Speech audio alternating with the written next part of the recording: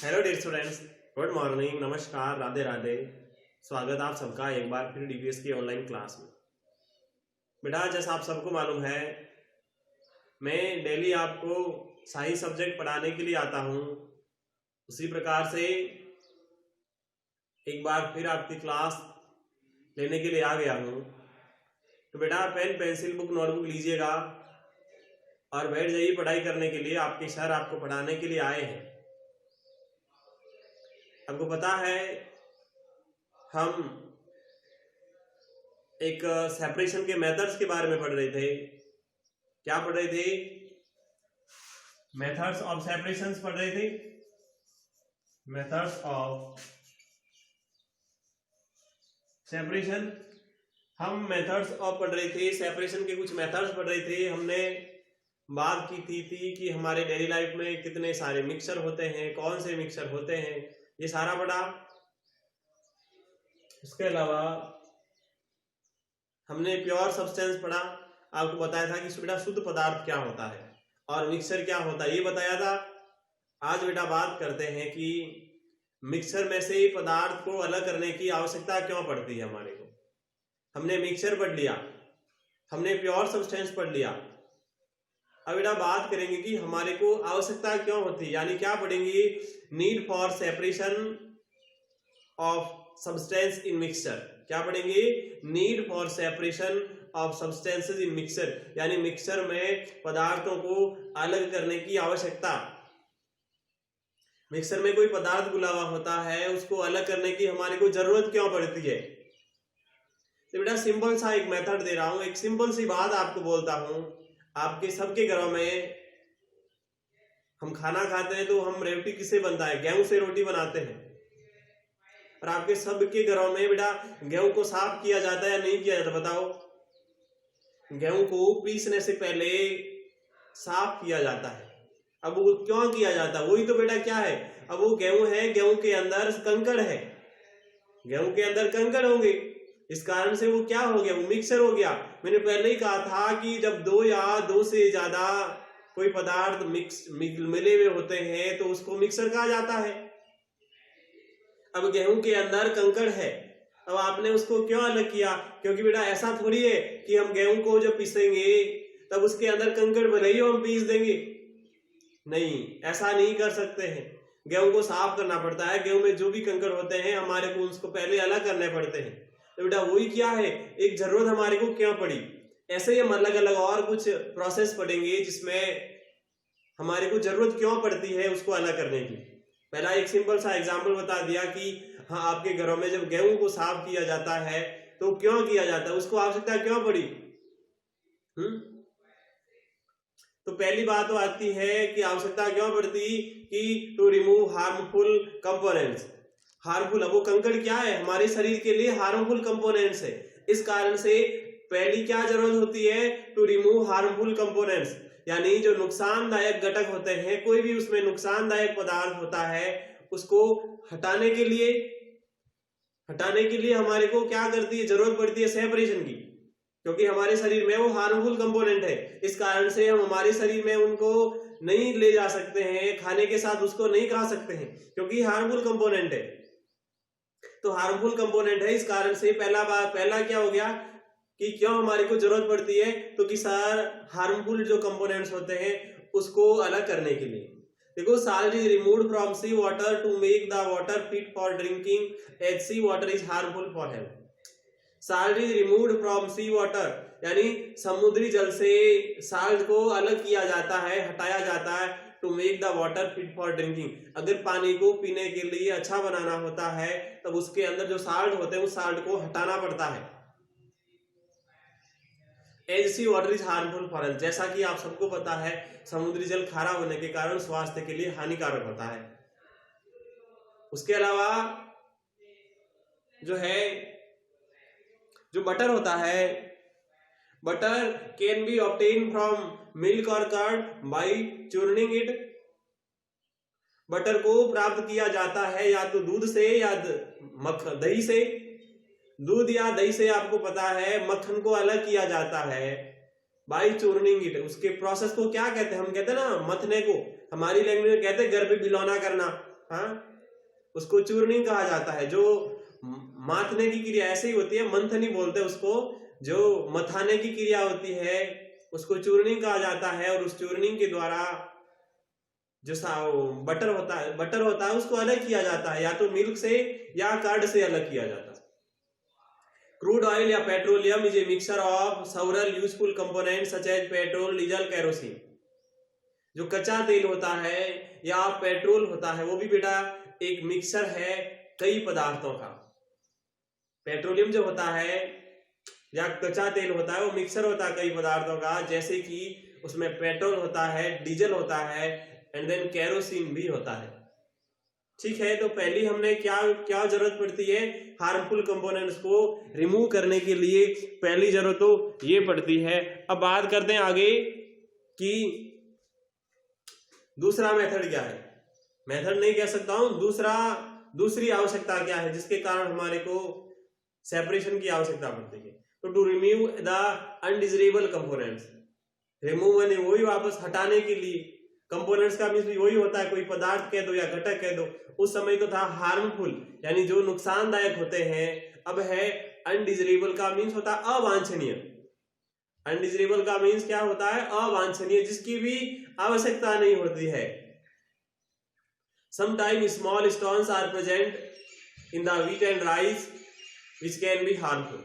यानी कभी कभार छोटे छोटे पत्थर होते हैं, वो या तो जैसे चावल में होते हैं, किसमें होते हैं, चावल में होते हैं छोटे छोटे पत्थर, या पल्सेस यानी दालों में होते हैं। आपके घर पे आपके माता जी अवश्य ही दाल को भी साफ करते हैं, राइस चावल होते हैं, चावल को भी साफ करते हैं, क्योंकि उसके अंदर हो सकता है स्मॉल स्टोन्स हो, छोटे छोटे पत्थर उसमें हो सकते हैं, विच कैन बी हार्मफुल, जो कि क्या नुकसानदायक हो सकते हैं।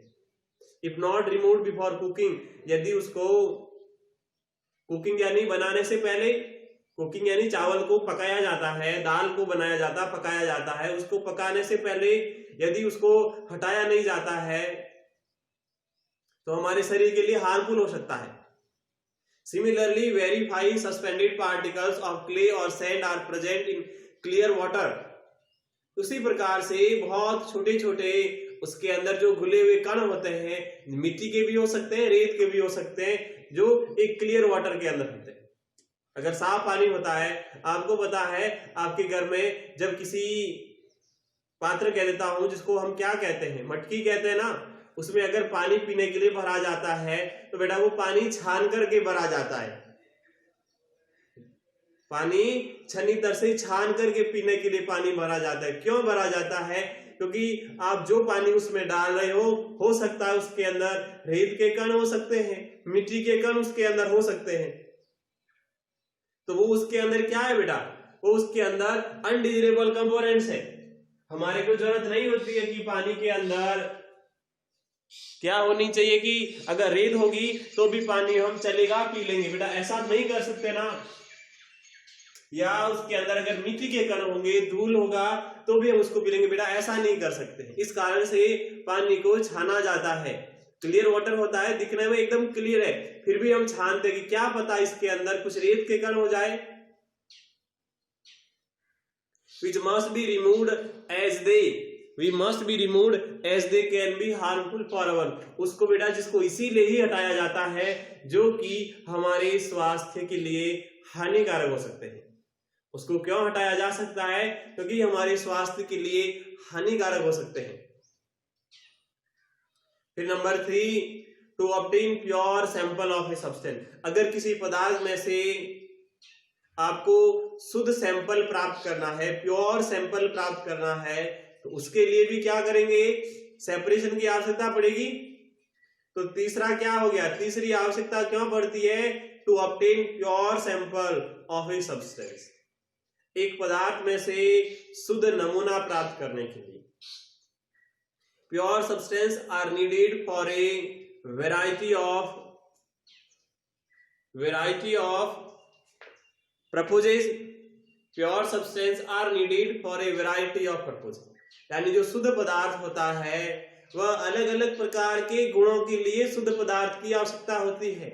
हर एक कोई शुद्ध पदार्थ होता है, उसकी कुछ अलग विशेषता होती है, उसके कारण से प्योर सब्सटेंस को अलग किया जाता है। For example pure gold is needed for making ornament.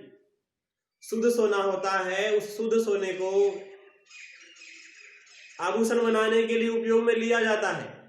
जो ऑर्नामेंट्स बनाए जाते हैं, आभूषण बनाए जाते हैं, ज्वेलरी बनाई जाती है, उसके लिए प्योर गोल्ड का उपयोग किया जाता है। उसी प्रकार सिमिलरली यानी उसी तरह से pure copper is needed making electric wire. जो शुद्ध कॉपर होता है, उस शुद्ध कॉपर को उपयोग होता है इलेक्ट्रिक वायर बनाने के लिए। जो विद्युत के तार बनाए जाते हैं, इलेक्ट्रिक वायर जो बनाए जाते हैं, उस इलेक्ट्रिक वायर को बनाने के लिए क्या जरूरत होती है? शुद्ध कॉपर की जरूरत होती है। अब वो शुद्ध कॉपर आपको डायरेक्ट नहीं मिलता है। आपको पता है कॉपर कहां से मिलता है? खानों से मिलता है, खदानों से मिलता है, माइंस में मिलता है। और माइंस में ऐसे डायरेक्टली थोड़ी रहता है कॉपर, वो तो बेटा अशुद्धि के रूप में रहता है। उसके साथ में और भी अशुद्धि रहती है, अशुद्धि के साथ में रहता है। फिर बेटा बाद में उसको सेपरेट किया जाता है, प्योर सब्सटेंस को अलग किया जाता है। उसमें से जो कॉपर होता है प्योर सब्सटेंस, उस कॉपर को अलग किया जाता है।